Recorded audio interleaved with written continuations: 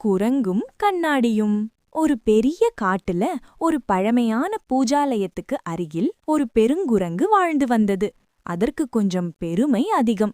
என்னை விட பெருசா அழகா யாருமே இல்லன்னு அது எப்போதும் நினைப்பது. ஒரு நாள் அந்த பூஜாலயத்துக்கு ஒரு பெரிய கண்ணாடி கொண்டு வந்து வைத்தார்கள். அதை பார்த்த குரங்கு ரொம்ப சந்தோஷமாயிடுச்சு. என்ன அழகு, என்ன அழகு!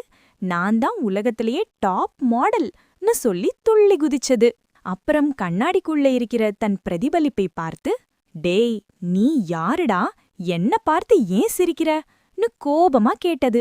அந்த பிரதிபலிப்பும் அதே மாதிரி இருந்ததை பார்த்து குரங்கு மேலும் கோபமாயிடுச்சு. நீ என்னை விட அழகில்ல, என் கண்ணாடில பார்த்துக்கோன்னு கத்திச்சு. குரங்கு கண்ணாடியை எடுத்து அதை புரியாமல் அப்படியே ஆட்டியது. திடீர்னு கண்ணாடி கீழே விழுந்து உடைஞ்சிடுச்சு. அதை பார்த்த குரங்கு ஷாக் ஆகி, ஐயோ, நான் என்ன பண்ணிட்டேன்? என் பெருமை, என் அழகு எல்லாமே போச்சேன்னு அழுதது.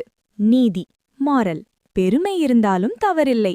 ஆனா உண்மையை புரிஞ்சிக்காம பெருமைப்பட்டாதான் பிரச்சனை. அழகு பிரதிபலிப்பில மட்டுமில்லை, நல்ல மனசுல இருக்கு.